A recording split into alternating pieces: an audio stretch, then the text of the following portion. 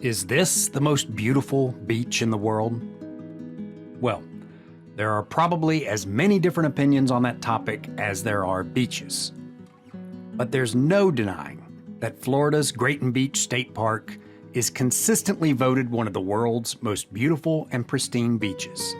And it's frequently named the #1 beach in North America by experts, conservationists, journalists, and beach lovers alike. The park's name comes from the neighboring community of Grayton Beach, which was founded in the late 1800s, making it one of the oldest townships found anywhere along the Gulf of Mexico. When Army Major Charles T. Gray built his homestead here in 1885, the federal government owned most of the land around him. Very few people had reason to settle here. The soil was too poor to farm, so investors and speculators usually favored the richer timberlands a bit more inland. But by the 1960s, Grayton Beach had already become an established vacation destination, attracting not just families from across the South, but also attracting developers who aspired to build massive resorts here.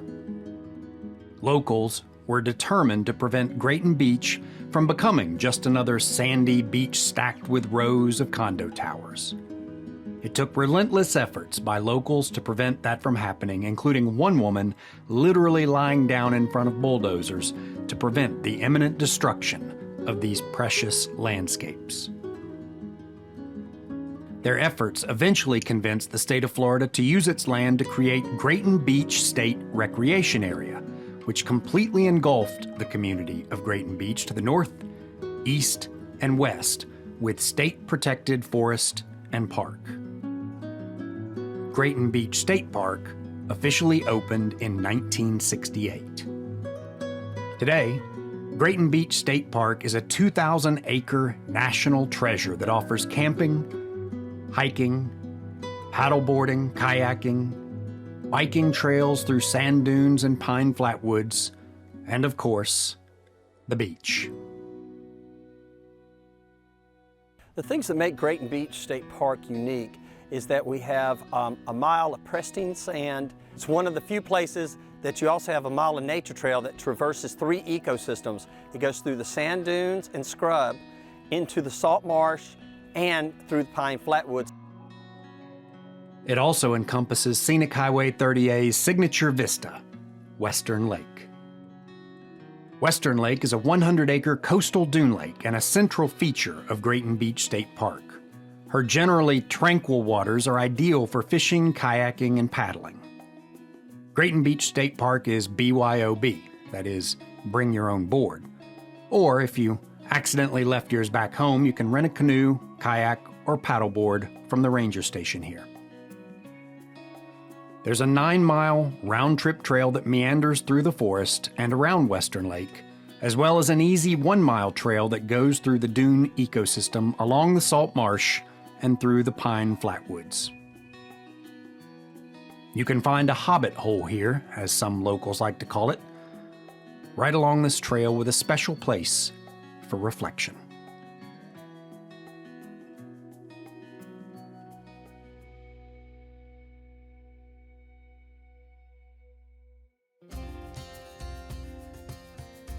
As an RV owner, and an Eagle Scout for that matter, I've spent quite a bit of time camping, and I can tell you with some degree of certainty that campgrounds just do not get any better than the one you'll find here at Grayton Beach State Park.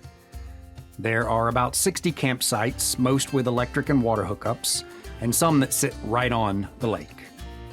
You can hear the Gulf waves from here, as the beach is only a short stroll or bike ride away. If you're not into camping, they also have very nice cabins for rent, and by cabins I mean nice little duplex apartments complete with full kitchens, screened-in porches, and AC. This is what you call roughing it. Of course, humans aren't the only ones who indulge in this extraordinary preserve. There's a wonderful abundance of wildlife here. Grayton Beach State Park is home to deer, black bear, alligators, osprey, bald eagles, blue heron, pelicans, and green sea and loggerhead turtles who deposit their precious eggs along these shores. My favorite place to actually go out and try to see some of nature and enjoy it is on the lake. You're going to see a lot of your different birds, the bald eagles and osprey, and they love to especially hang out over towards the outfall, and when it's flowing, you can enjoy watching them forage for fish there. The endangered Choctawhatchee beach mouse makes its home here as well, digging its burrows into the sand dunes. These nocturnal mice eat the seeds of the various plants, and in doing so help spread those seeds across the dune system, which in turn helps them grow and slows the process of erosion. One of Grayton Beach State Park's most extraordinary features isn't actually in the park at all. It's about 3/4 of a mile south of the park. Oh, wait a minute, did I just say south of the park? Well, yeah. Just offshore, due south of this yellow marker, divers can find 30A's Underwater Museum of Art, also known as UMA. It's the first of its kind in North America, just about 60 feet below the surface. The Underwater Museum of Art was created through a special partnership between 30A's Cultural Arts Alliance and the South Walton Artificial Reef Association. Their mission? To create a thriving marine habitat that's also a cultural and educational attraction.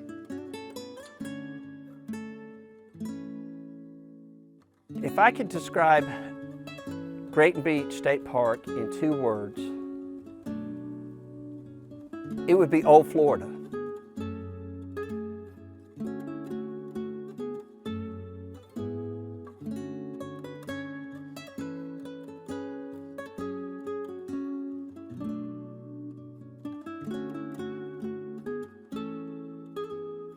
Whether or not this is the most beautiful beach in the whole entire world is obviously debatable. But, truth be told, locals don't really care much about the awards or certifications or press commendations. No, for most of us, just living here is reward enough.